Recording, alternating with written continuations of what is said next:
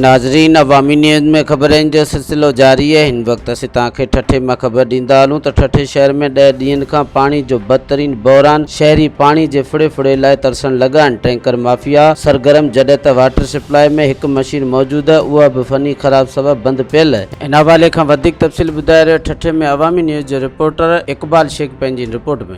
नाज़रीन, असां हिन वक़्तु ठठे जे शहर वाटर सप्लाई नंबर 2 ते मौजूदु आहियूं ऐं 10 ॾींहंनि खां वठी ठठे जे शहर जो पाणी मुकमल बंदि आहे।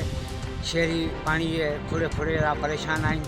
असां तव्हांखे हिते जी सूरत हाल ॾेखारियूं था। ॻाल्हि इहा ई आहे, असां मोटर जेका त हले थी पई, मोटर ओचितो सड़ी वई, पोइ वरी ॿी मोटर खणी आया मथे तां, साफ़ वारी कल्ह सड़ी वई।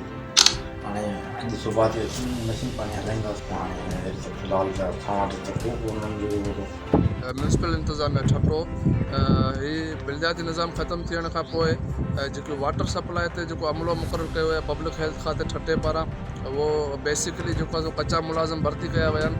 पर घणे भाङे जेको आहे सो उन्हनि जी हिकिड़ी परवरिश हूंदी आहे, पर उहा मुसलसिल उन्हनि जी जेको आहे सो नाहिली चइजे त उहे जेको आहे सो उन्हनि जी कोताहियुनि सबबि हिते करोड़ रुपयनि जी लागत सां जेको ठहियलु वाटर सप्लाई आहे, उन में लखे रुपयनि जी मशीनूं पियल आहिनि जेको ख़राबु थी वञनि थियूं। उन्हनि जी मरमत कम लाइ ईंदड़ लखे रुपया बजट उहा हाफ़िज़ अमलो जेको भिड़कायो थो वञे।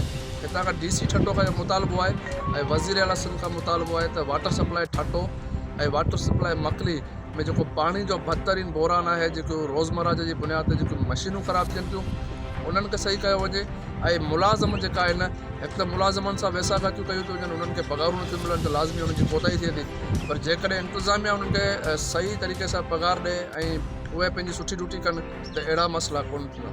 नाज़रीन, इहो राजा तनवीर साहिब जिन तव्हां ख़्यालु ॿुधा, इन जो चवणु आहे त ठठा म्यूनसिपल कमेटी जी तमामु वॾे में वॾी बजट आहे ऐं जेकॾहिं ठठा म्यूनसिपल कमेटी पंहिंजे हिन निज़ाम खे सुधारे सघे थी, पर हिननि जी नाअहली जे करे इहो जेके से सभु मंज़र साम्हूं अचनि था। कैमरामैन सां गॾु इक़बाल अहमद शेख, अवामी न्यूज़ ठठो।